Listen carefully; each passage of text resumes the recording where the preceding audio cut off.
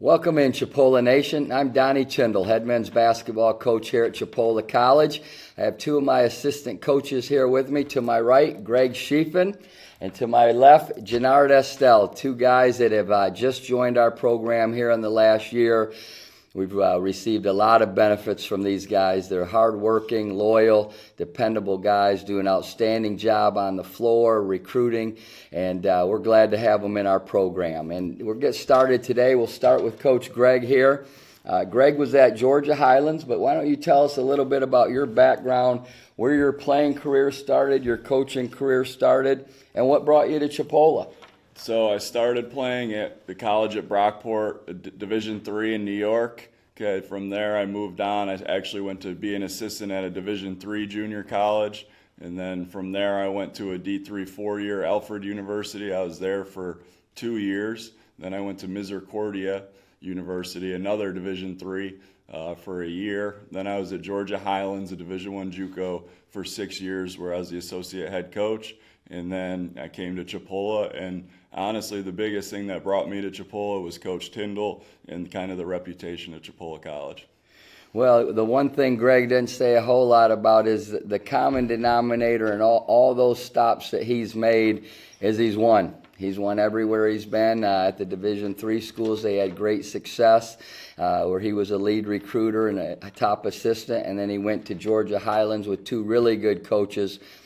Phil, who was now at Gulf Coast, and then J.J. Merritt, the current head coach, where they had great success for 6 years. How many conference championships in your 6 years at Georgia Highlands, Greg? 5 out of 6. 5 out of 6 years. So you can see why we stole them away from J.J. and Phil. But we're glad to have him. He's done an outstanding job for us so far this season, and hopefully as we continue on in the state tournament and hopefully national tournament, you can add another championship to your resume, right? Yep. How about you, Jannard? Tell us a little bit about your background. Born and raised in Birmingham, Alabama. Won 2 state championships in high school my junior and senior year. Then went on to play at L.B. Wallace Community College, which is a Division I JUCO in Alabama, for 2 years. And then from there, I kind of already knew I wanted to get into coaching, so I made the transition to become a manager at Troy University. Okay. Under Phil Cunningham, really good coach, and we were able to win the conference championship one year, 2017, and went on to play in the first round of the tournament. So that was pretty good, pretty cool experience. And then from there, did 3 years at Pearl River Community College under Chris Oney, and won a couple of championships there, and went to the national tournament there. So, mainly what brought me here was obviously Coach Tyndall, but just the background of what Chipola is, what Chipola stands for, all the players and coaches that came here and went on to do a lot of successful things. So that kind of paved the way for me to be able to be here. So. Well, good. Well, let's go back to your playing career. Now, 2 state championships. Were you a score dominator or were you a facilitator? Don't lie to our fans now. I'm pretty sure I'm leaning toward the facilitator role. I was 100% a facilitator. I played with a lot of really good players, a lot of high major players, so I had nothing to do with those championships. I was just a piece of the puzzle. That was it. Everybody's got to have a role, right, baby? Everybody's got to have a role. Well, look, and then you mentioned, you really knew it was your passion that you wanted to be a coach, so you gave up playing, went to Troy, worked for Phil Cunningham, who is, just as you mentioned, an outstanding coach, got to an NCAA tournament, right? That had to be a thrill of a lifetime for you. And then from there you went to work for Chris Oney, who was one of the best junior college coaches in the country at Pearl River. At one point, the COVID year when the season got canceled, you were undefeated and ranked number 1 in the country. Correct me if I'm wrong. Yep, 28-0, yep. Yep, so you've been a part of success. So you can see again why we stole him away from Coach Oney and Pearl River. These two guys have won and done big things in their career. Both of these guys are going to be outstanding head coaches at some point in time, probably sooner rather than later. So again, as I've mentioned, we're proud and glad to have them as part of our program. Now let me ask you this, Greg. You've been here about a year now, kind of settled in and collected your bearings. I know it's a whirlwind when you take a new job.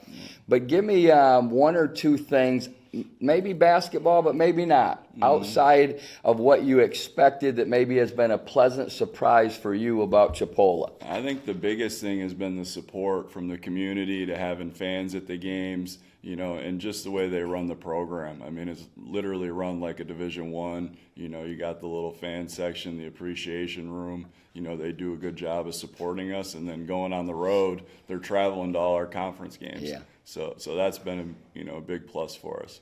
That's one thing a lot of our players mention too. They're really surprised about the fan support because, as we've talked about, a lot of junior colleges across the country, you're talking they might get 40 or 50 fans at the game, and we go on the road and have a bigger contingent of fans than the home team does. So, yeah, you're exactly right. That's something we're very proud of here at Chipola. What about you, Jannard? A surprise or two that's kind of maybe caught you off guard, if you will? Kind of what Coach Greg said, obviously, the fan support and the things of that nature, but I think the environment. I think a lot of people talk about culture, but here, I don't think we talk about it as much. I think it's kind of just, the proof is in the pudding. Like, you kind of can see it, from the jump when you come in. Like, a lot of coaches, a lot of recruits that come on campus, the one thing they mention is, like, how passionate we are about what we do each and every day and, the daily things we do on a daily basis. So I think that's the main thing with me, just the environment and kind of, what people see from the outside looking in. Yeah, and I think, like I always say, that starts with your administration. When you talk about Dr. Clemens, our president, who has a real vision for Chipola athletics, and then Jeff Johnson, our athletic director, who's the best athletic director in the country. They give us what we need to be successful, and they support us. They're not just at the games and support, but they do what they need to do to give us the resources to be successful. And then it just trickles down from there to me, and then to you assistant coaches, and eventually it seeps into our players, right? So we don't. You're right. One thing about us, we don't talk a lot about culture. It simply is our culture. We do it every day, and we don't vary from it, and that's who we are. All right, now tell me this. Let's go back to Jannard for a minute. Give me this. Give me your 5-year plan, where you'd like to be in 5 years in regard to your career, and then maybe long-term, 15, 20 years down the road, where you see yourself in this business. 5-year plan, I would definitely say, Division I assistant or JUCO head coach, but probably more Division I assistant. Okay. I just think, as the assistant, I have, I pride myself on relationships. I think I can, really, truly build really good relationships with guys. And, I just think 5-year plan would definitely be a Division I assistant. Long term, definitely probably a junior college head coach. Okay. I just kind of like the junior college landscape as far as, being a head coach. But other than that, probably the Division I assistant. Okay. Well, I can see that. Like you said, you're great at building relationships. Our players, they're cool with you. But there's that line they don't cross. There's a lot of respect, and I think that's really important, especially as a young guy, that, yes, you have to be cool with your players and have a relationship with them, but they've got to respect you, and they certainly do that both ways with you, Jannard. They like you, but they respect you, and that's a great quality to have. How about you, Coach? So my 5-year plan would be probably to be a Division I assistant or a junior college head coach, preferably at a higher level JUCO, and then I would say my 15-year plan would be a Division I head coach. Hopefully I've built a resume enough for that to happen. Sure, and I think the biggest thing with you, Coach, is you've won everywhere you've been. So all you really need now is that opportunity to be a head coach.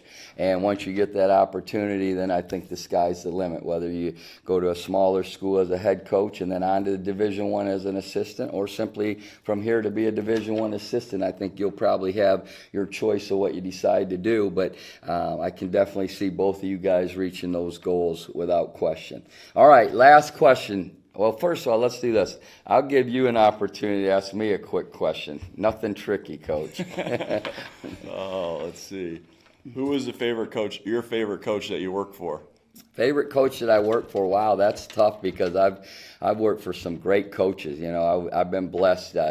Dennis Pilcher, who was my junior college coach and who I went back to work for, won over 800 games and is a junior college Hall of Famer, gave me my first chance, so certainly he would be one. John Brady took LSU to the Final Four and gave me my first chance to be a Division I assistant, so obviously I'm forever loyal to him.